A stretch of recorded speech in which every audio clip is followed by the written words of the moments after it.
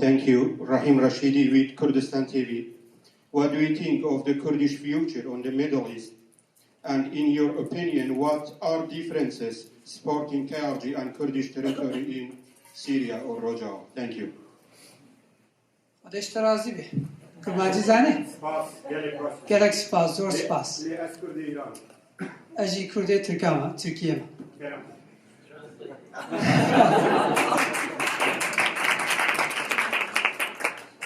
Well, as a Kurd, as a Turkish citizen, of course, this is an important question. You know, Europeans fought 100 years, a war that lasted for 100 years.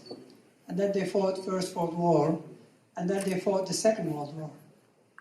Millions and millions of people lost their lives. Now we're talking about 28 nations, maybe many more ethnic groups, many more religious groups or whatever, different sects. And after all that carnage and wars and stuff, Europe got together, formed a union, eliminated borders, has a flag, a parliament, single currency, now a banking union. The problem is, of course, right now there is so much dust in the air, there's so much conflict, there is so much tragedies going on. It's very difficult to foresee anything along these lines.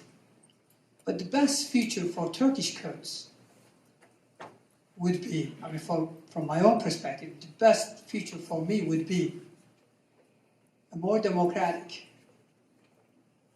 a more tolerant, a more prosperous Turkey that is part of European family. And that would be the best for Kurds and Turks and everybody else. Sadly, with all this violence, right now, let me give you one more point. If you go to Iraq, I don't know much about Iran, but if you go to Iraq, if you draw a line, let's say below Kirkuk or Mosul, there are no Kurds. If you go to Syria, except the stretch along the Turkish border, including Rojava, there are no Kurds in Damascus. There are in other places. In Turkey, the biggest Kurdish city, is not Diyarbakir. In fact, the world's biggest Kurdish city is Istanbul, Ankara, Izmir. My wife is a Turk. So Turks and Kurds in Turkey are inseparable. So the future is, as I said, more prosperous, more democratic Turkey. And that's exactly what painfully we've been trying to achieve over the last decade or so. When I left my village, when I left my hometown to study in Ankara, later on to study in the UK, to work in the US and in the UK, if somebody had told me that Turkey would change so much in this, in terms of basically, getting rid of the old policies, providing fundamental rights and freedoms to all the ethnic groups, including Kurds, I would have been very suspicious. I wouldn't have subscribed to such a perspective. Today, if whatever Hispanic, let's say, ethnic group in the United States enjoy in terms of culture, religious, political, in terms of, let's say, whatever comes to your mind.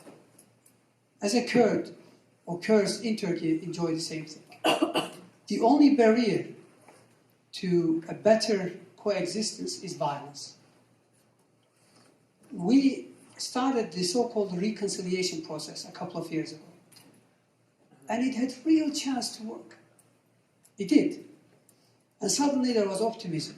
I represented a town during that period called Batman. It's in the southeast part of Turkey. That's where I was born. And it was a booming town. Exports had gone up by about 80 folds. I'm not exaggerating. Organized industrial zone was full of factories. Hope. But today, with the violence again back at play, it's a very different story. So the only way forward, we're not naive to think that we can solve a problem by just killing terrorists. That's not a solution. Of course, we have to have public order on the streets and in the region.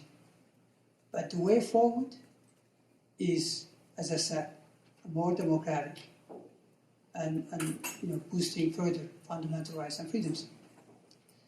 I think had the Middle Eastern sort of developments not been the way, had Syria issue hasn't evolved the way it has evolved today, we might have been at a different stage or talking about different things. We have no choice right now to deal with the violence because no democracy can tolerate violence. When there is violence, you cannot use your even basic rights, which is the case right now. So we have to deal with that, we have to contain that. But we are aware that it takes much more than that. And that's why we are seeking a constitutional reform. That's why we are seeking, we're trying to make Turkey a more prosperous place, addressing the regional development gaps. So, bottom line is, I think the future would be bright for Kurds if they subscribed to a model that takes democracy, rule of law as the basis, rather than just simply resort to violence to achieve, this or that aim. In Iraq, everybody's talking about united Iraq. Everybody's talking about ultimately, nobody's talking about partition of Syria or partition of Iraq or partition of Iran or partition of any other country right now. I think the region, had enough of sectarian strife, violence, and ethnic violence. And the solution is not more violence. The solution is less of that, more dialogue, and obviously more reforms. But PKK, which is on the United States terrorist list, sadly failed to make use of the opportunity that we have extended, that we have done. Instead, they built more, they accumulated more ammunition, recruited more militants, and now they're trying to occupy parts of city centers by, digging. It doesn't really, it doesn't bode well. So we're going to have to deal with this episode. But the work on Turkey's democratization, the work on making sure that everybody is first-class citizen and enjoy, a fair share of prosperity that is created, is continuing. As a Kurd today, my parents were illiterate. They were illiterate. They couldn't speak a word in Turkish. They were farmers. Today, I'm the deputy prime minister of the same country.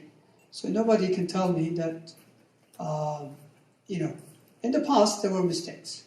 But today, you can't say that the Kurdish rights are not provided for. We may not be perfect, but the channel to correct this is not more violence, is actually at the parliament discussing.